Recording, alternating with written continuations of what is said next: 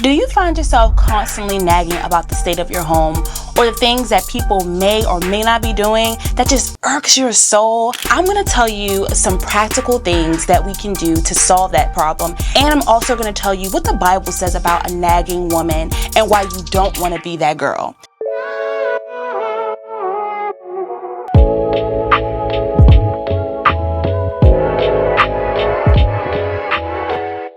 Hi, I'm Anaya Stanley. Thank you so much for being here. And if you're new here, I talk about all things faith, womanhood, and becoming. So grab your journal, grab your Bibles, and let's get into it. So today I want to talk to you about 3 ways that you can cultivate and maintain peace and order in your home. The Bible talks about a nagging woman, period, and why it is so contrary to what you want to be. And so I'm going to refer to my Bible. So if you see me putting my head down a little bit, that's what I'm looking at. The Proverbs 31 woman is not the only place where the Bible talks about a woman and how she should be. The Bible is packed with examples and models of how women of God should show up for their families, for themselves, in society. And so I want to talk to you about what it says in Proverbs 21 and how it talks about the nagging wife and why it is so important not to be that girl. So Proverbs 21 verse 9 says, "It is better to dwell in a corner of the housetop than with a brawling woman in a wide house." I looked at this verse and I said, oh my goodness, it is better to dwell in a housetop, in the corner of a housetop. Take your big house, take your big home, your big wide home. You can give me a box to live in, but I don't want to live with a nagging woman, a brawling, angry, contentious woman. And that makes you look at yourself like, whoa, wait, sometimes I get a little naggy, I get a little contentious, but it's not because you're trying to destroy the peace of your home. You're actually trying to maintain it and get some control, but you're having a hard time finding solutions, or maybe you don't feel like you have the support that you need, or maybe it's just very stressful. And so I'm going to dive more into what we can do about that. But I also want to show you another verse. It doesn't just say it once, but it says it twice in the same chapter. In Proverbs 21 verse 19, it says, "It is better to dwell in the wilderness than with a contentious and an angry woman." Oh my gosh, the wilderness? The Lord thinks that I need to be living in the wilderness rather than living with someone like me that's nagging. You know, the wilderness is dry, it is without water, it is without food. That's where you go to the home to get these things. You go to the home to get fulfilled and restored and refreshed. But in the wilderness, it is a dry season. You get nothing that you need. None of your needs can be met. You're gonna be like, Jesus, help me.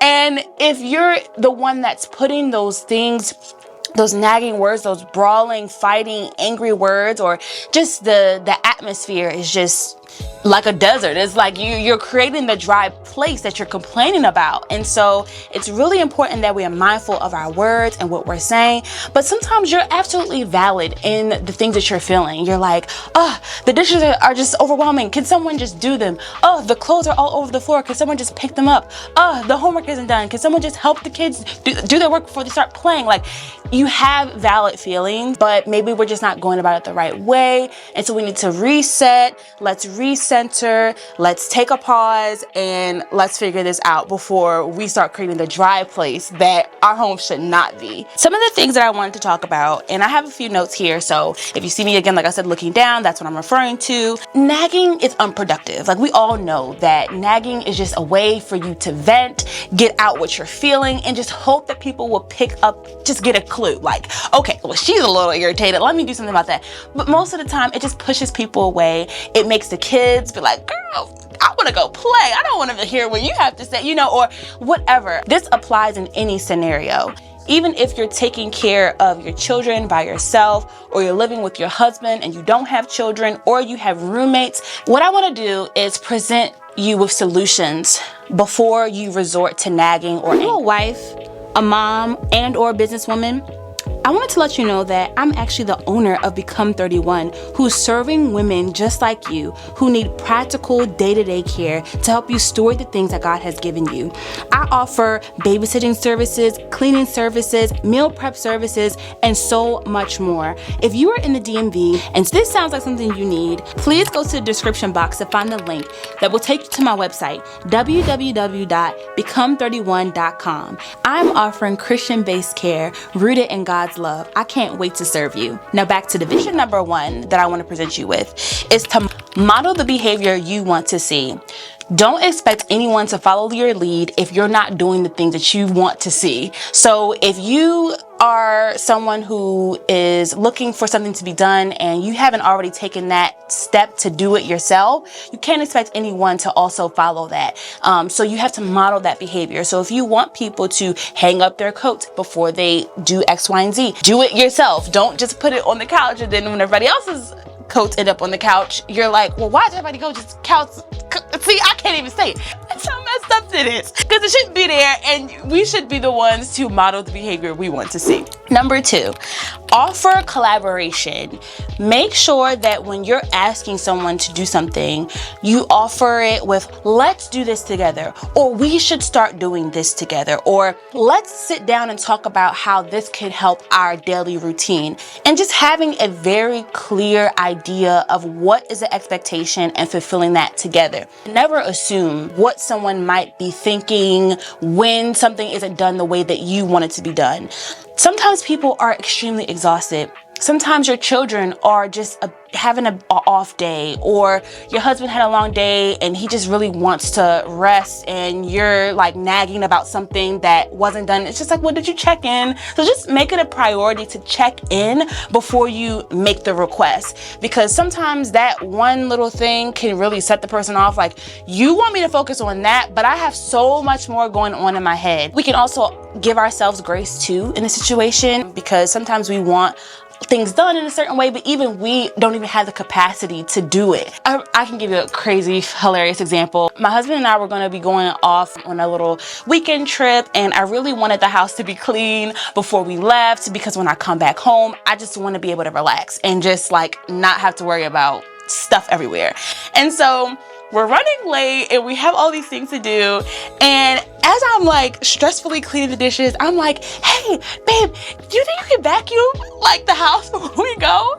And I really wanted that done, but it wasn't a practical request. We had a 3-hour drive for our trip that he was going to be taking. And so he looks at me, he says, no, I'm not going to do that. I hear you. I see that you want the house clean, but that can wait. I have a 3-hour drive.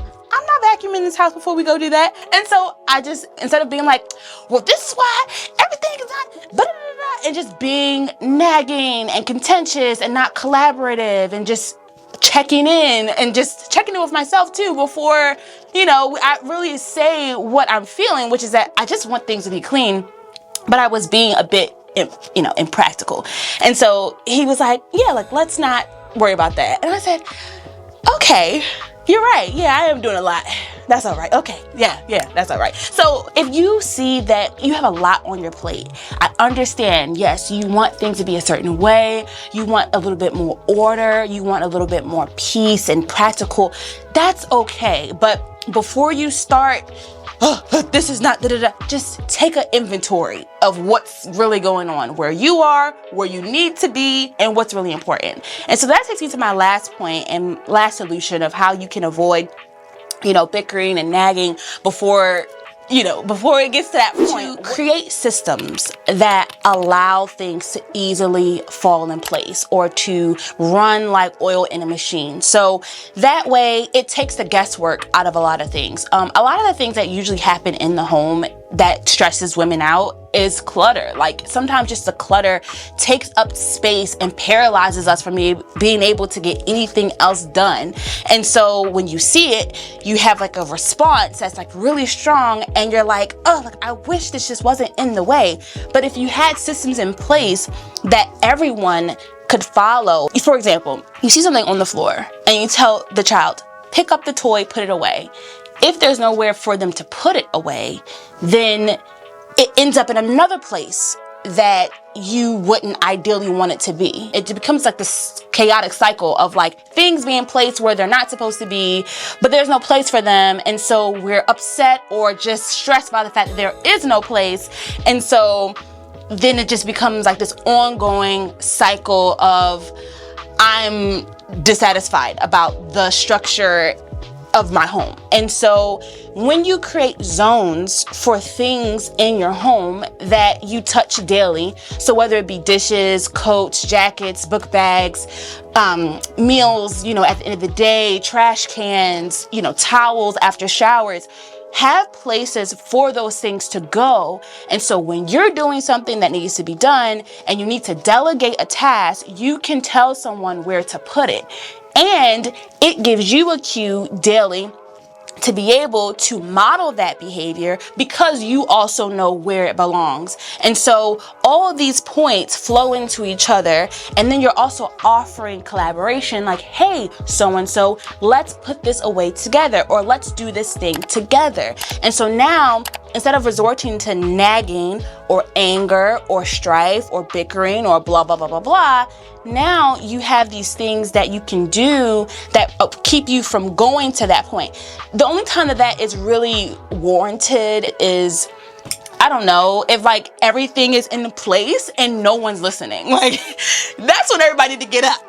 Everybody's get up, get this stuff up. You know where it goes. Stop playing. Like, that's what that might, and then you just gotta, okay, Lord, okay. So like, you don't gotta be, you don't have to be like nagging, but just, there needs to be a meeting about the boundaries and what is being crossed and what it's like, okay, let's have a conversation. We know that we do this like this, right? And we're not doing that. So let's get back to what we're supposed to be doing so that we can do what we gotta do. Check, got it. Okay, good. Nagging and just, it's not productive. It really is the thing that takes the peace out of the home. It takes structure out of the home.